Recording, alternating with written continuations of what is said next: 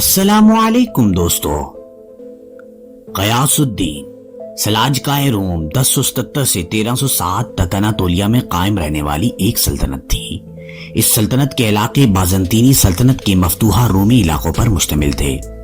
1070 کی دہائی میں سلجوقی سلطنت کے عظیم حکمران ملک شاہ اول کے قریبی عزیز سلیمان ابن قتلمش نے مغربی اناطولیہ میں قوت حاصل کرنا شروع کی اور 1075 میں بازنطینی شہر نیسیا اور نکومیڈیا فتح کر لیے۔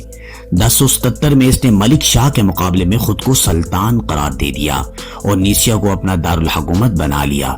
اس کی مفتوحہ سرزمین کو روم کہا جاتا تھا، اس لیے صلاح کار روم کہلائے۔ سلطنت وسیع ہوتی رہی، لیکن 1086 میں سلیمان کو شام کے سلجوق حکمران تتش اول نے انطاکیہ میں قتل کر دیا اور اس کے بیٹے قلج ارسلان کو قیدی بنا لیا۔ 1092 میں ملک شاہ کی وفات کے بعد قلج ارسلان رہائی پا گیا اور اپنے والد کی سلطنت کو بحال کرتے ہوئے تمام علاقوں کو دوبارہ فتح کیا۔ بالآخر اسے 1097 میں صلیبیوں کے ہاتھوں شکست ہو گئی، جو فلسطین کو فتح کرنے کے لیے اناطولیہ کے راستے جا رہے تھے۔ حالانکہ قلج ارسلان نے صلیبیوں کو کئی جنگوں میں شکست دی اور ان کی ابتدائی لشکروں کو نیست و نابود کیا، لیکن لاکھوں کے عظیم لشکروں کو شکست دینا اس کی بس کی بات نہ تھی۔ لیکن قلج کی مزاحمت قرون وسطیٰ کے مسلمانوں کی ہمت و شجاعت کی علامت ہے اور اسی وجہ سے ترک قلج ارسلان کا نام بہت احترام سے یاد کرتے ہیں۔ صلیبیوں کے ہاتھوں شکست کے بعد اناطولیہ کے کئی علاقے سلاجقہ کے ہاتھ سے نکل گئے، لیکن قلج ارسلان نے کونیا کے گرد حکومت قائم رکھی۔ 1107 عیسوی میں اس نے موصل فتح کیا، لیکن اسی سال اس کا انتقال ہو گیا۔ اس کے بعد کئی سال اس کے بیٹے اور ان کی اولادوں کو حریف اقوام کے ساتھ کشمکش جاری رہی اور بالآخر 1190 میں تیسری صلیبی جنگ کے دوران جرمن دوستوں نے کونیا پر قبضہ کر لیا اور آرمینیائے کو چک کی صلیبی ریاست قائم کر ڈالی۔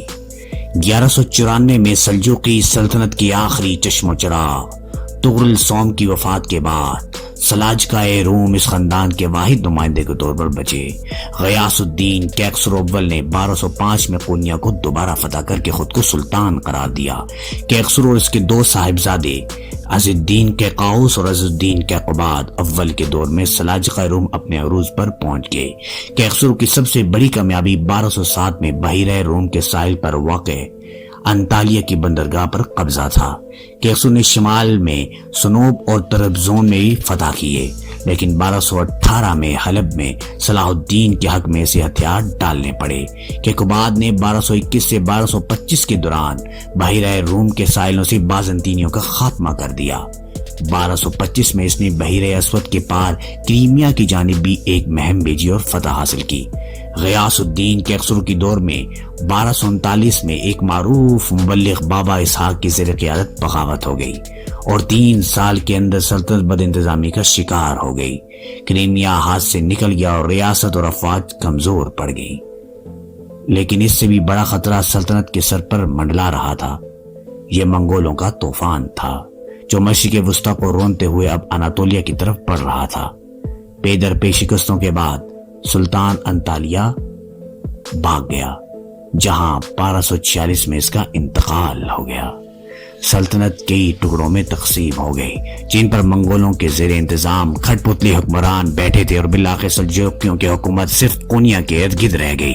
1307 میں قرامانیوں نے غیاث الدین مسعود ثالث کو شکست دے کر ہمیشہ کے لیے سلاجقہ روم کا خاتمہ کر دیا۔